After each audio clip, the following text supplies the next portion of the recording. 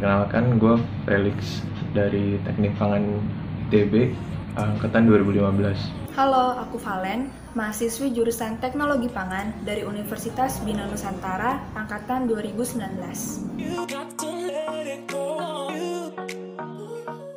Awalnya aku mau masuk jurusan ini karena aku kepo.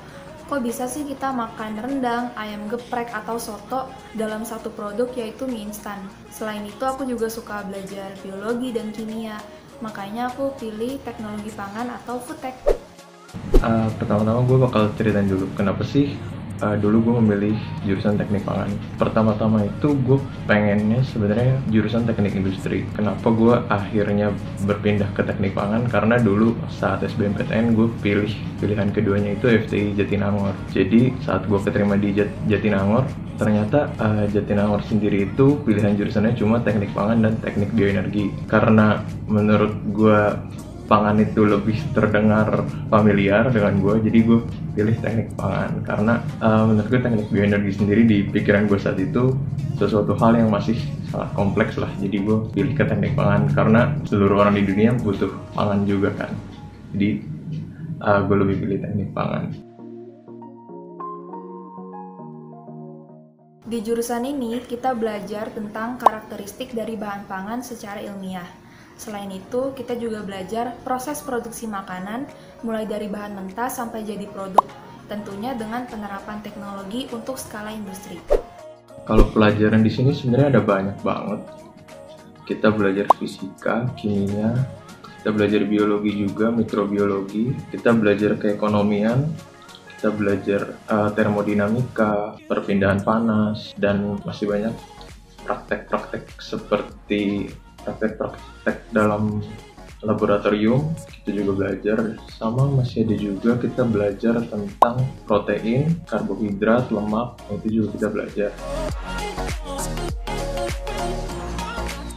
Mungkin yang pertama itu karena di sini kita banyak project sih, jadi kita ada ngebikin tepung dari singkong, kita juga ada bikin coklat kayak fit bar gitu.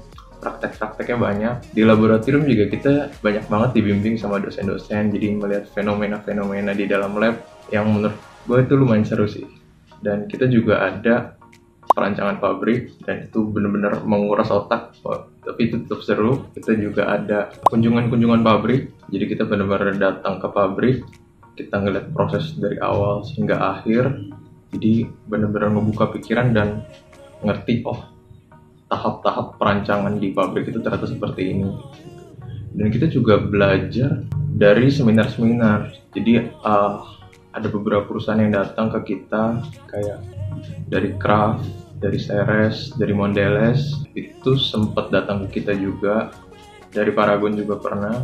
Kita banyak banget diajarin tentang safety, ISO, tentang keamanan di pabrik pangan, dan bagaimana proses pangan itu juga terjadi di dalam industri tersebut. Nah, yang seru dari foodtech adalah kita nggak cuma belajar di kelas, tapi ada praktikumnya juga. Kadang kita masak-masak di lab, terus nanti hasilnya bisa kita makan bareng-bareng deh. Banyak orang yang keliru tentang jurusan ini, karena mereka kira kegiatan di foodtech itu cuma masak-masak. Yaitu kurang tepat, karena sebenarnya kita lebih fokus ke analisis bahan pangan secara ilmiah dan proses pengolahan bahan pangan tersebut. Satu mitos yang sering banget aku dengar tuh, lu teknik pangan jadi chef ya, jadi koki ya, jadi orang yang masak-masak gitu ya. Sebenarnya nggak sepenuhnya kita masak-masak atau kita bikin-bikin gitu, tapi ada sedikit. Cuma sebenarnya kita itu lebih belajar tentang bagaimana kita memproses sebuah makanan dari bahan mentah ini, kita bisa ubah, kita pikirkan dari prosesnya gimana caranya bahan ini bisa jadi sebuah bahan jadi kayak ada kita pikirin termodinamikanya, enzimatisnya, mikrobiologinya, dari protein, dari lemak, dari karbohidrat. Nah, itu kita ada belajar di sana.